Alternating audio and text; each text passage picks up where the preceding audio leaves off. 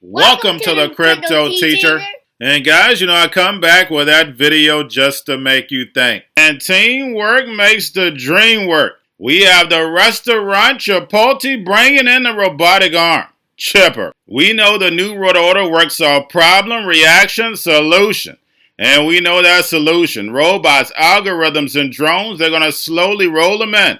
Behind all these distractions, they're going to roll in all this technology. And part of that technology is NFT. And it's all about identity in the virtual world. You can become whoever you want to become. That's what they want you to think. While you're in the metaverse, they're downloading that brain. So eventually they'll be able to control it the same way they do the robots. And we have Sam Altman, who worked with Elon Musk, coming out with the WorldCoin, scanning the retina. Remember, the fourth industrial revolution is coming fast. And eventually it's going to be man versus machine. And remember, the crypto teacher told you because he knows. When it comes to the new world order, it's all planned out. You have a wonderful day.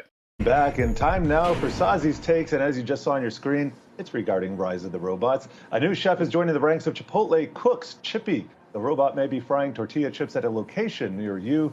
The rollout is the latest gambit by restaurants looking to trim their costs amid surging inflation. Sazi, your thoughts, your take. Oh, you got that right there, Jared. Chippy, chips, Chippy. Yeah, well, anyway, this is a new robot that Chipotle announced this morning. They have linked up with a company called Miso Robotics to launch Chippy at their Irvine, California. Then you can see an actual human chef cutting limes inside Chipotle. And there is Chippy, the magical robot here that will make Chipotle's chips inside of its test facilities in Irvine, California. Now, Chippy is going to find his way into a new Southern California Chipotle restaurant. Unclear the precise location, but I would venture to taking a trip out to that location just to see Chippy and get his autograph. But overall, this is another example of fast food chains trying to find ways to address the worker shortage. Now, ultimately, the big brother of Chippy is, in fact, Flippy. Flippy, who started working with White Castle a couple years ago. Flippy is now in, I believe, about 300 White Castle locations, actually flipping burgers and putting fries into the fry bin. And then, of course, next to it, you have Distant Uncle. That is over Domino's, and that robot is called the Neuro, and that is an autonomous delivery vehicle that is driving to certain restaurants in Houston to deliver hot pizzas. But again, Chippy coming to Chipotle. This is news you could use, Jared, only here on Yahoo Finance. Oh, yeah, I know. Well, two final things here. One, of course, Chippy is the true no days off employee. Chippy does not need a day off unless his arm falls off. And then, last but not least, what is unclear is to me is if new interim CEO of Starbucks, Howard Schultz, will introduce Sippy. I mean, why not just keep this whole thing rolling? Brian, I thought because I was reading the chat earlier, and Sippy and Chippy, I thought you were making all this stuff up. I gotta ask you, what do you think is next in terms of robot names? What's the future of robot names? I think Sippy. I think Sippy at Starbucks would make a lot of sense. Why not bring a robot in there and make those $8 to $9 drinks, really boost those profit margins? I think what makes Bored Ape Yacht Club special is that it's culture on the blockchain. And when most people think about Bored Ape Yacht Club, they do think about NFTs. And what's cool about NFTs is that they are a truly unique technology. You can apply that to anything. You can apply that to how you buy a house, how you buy a car. But the proof of concept that has broken through, right, when we're thinking about culture and we're thinking about what people think about, they think about art. Right. You can sort of think about Bored Ape Yacht Club as an experiment with playing with kind of these three fundamental core ideas: identity, ownership, and utility.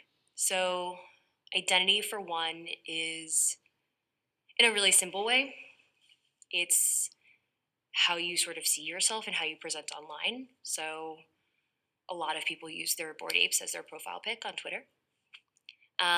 It's completely yours. You can do whatever it is that you want with it. You can monetize it. You can create a brand out of it. You can create a band out of it. That's going to happen soon. You can do anything you want. You can partner with other people in the community and do things, which we're seeing happen.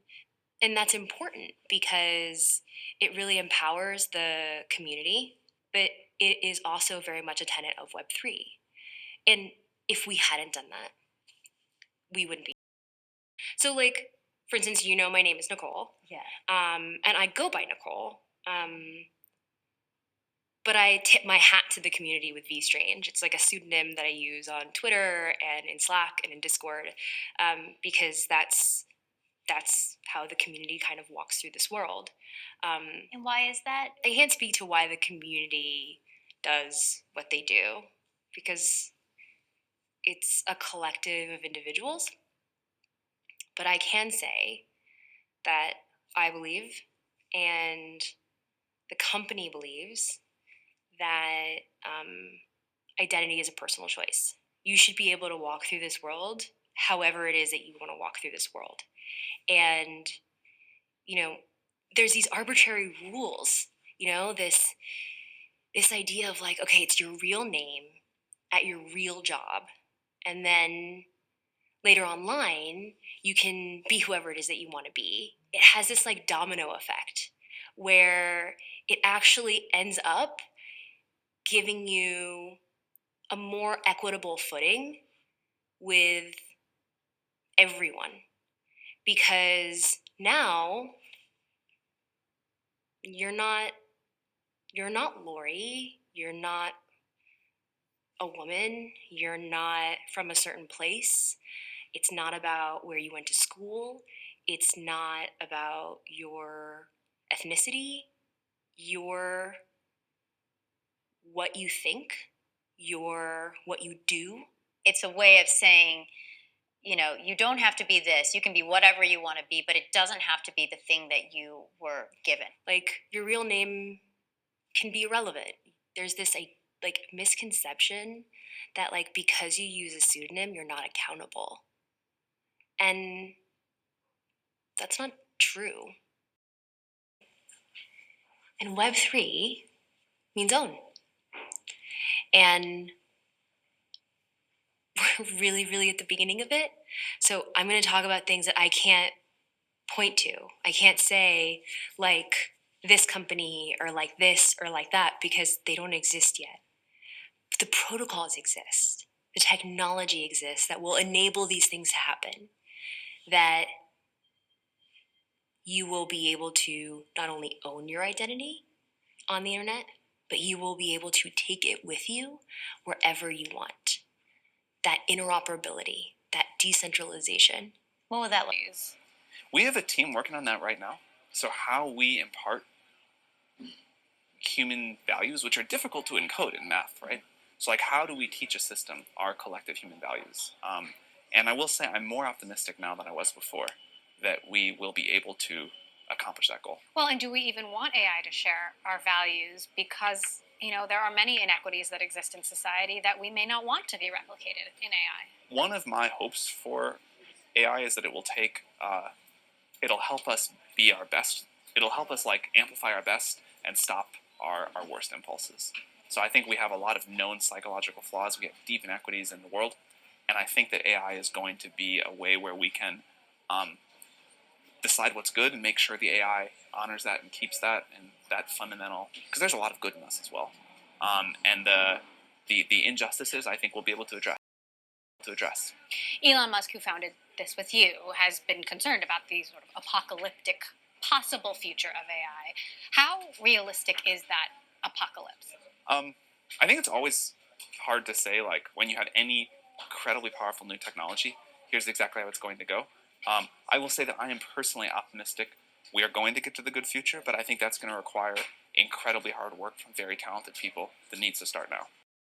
That is somehow left out of the conversation. It's always about factory robots and self-driving cars. What's overhyped? The killer robots thing gets overdone. No robots are going to eat all our jobs or kill us? Some robots will eat some jobs, and some robots will kill humans. You've already seen that with self-driving cars. But when you look at the trend as a whole, I think it's going to be incredibly positive for humanity. But you do believe that AI can supersede human intelligence? I believe it absolutely will. There's a big debate about timeframes, but I believe that I think it takes unique human arrogance to believe that AI cannot supersede humans.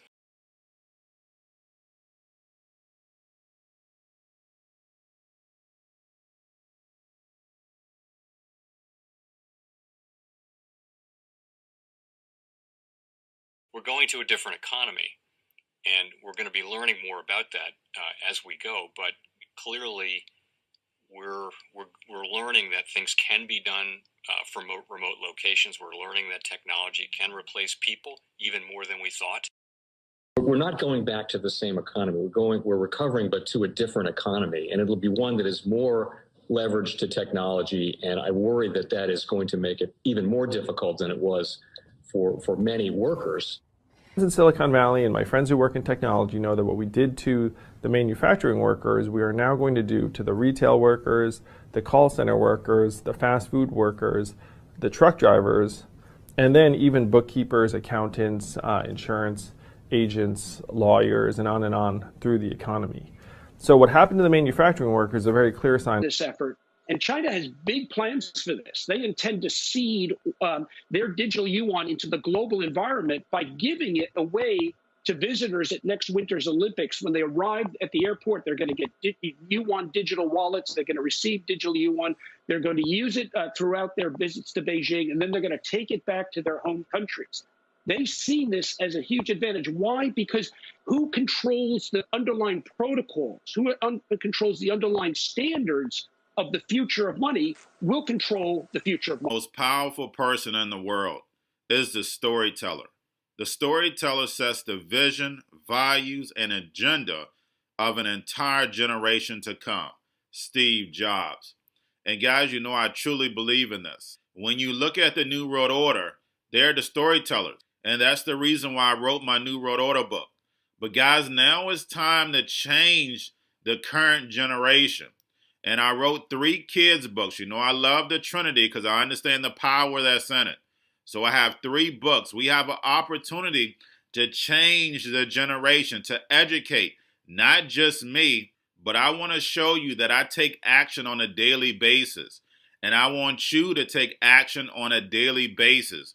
Whether it's your job, whether it's in your community, we have an opportunity right now to educate the masses. I posted this on my Twitter account. Please share, but this is a short clip of the 3 books. There's going to be a clothing line and action figures. Please get these books for your kids, nephews, cousins, friends, so therefore we can start the re-education now.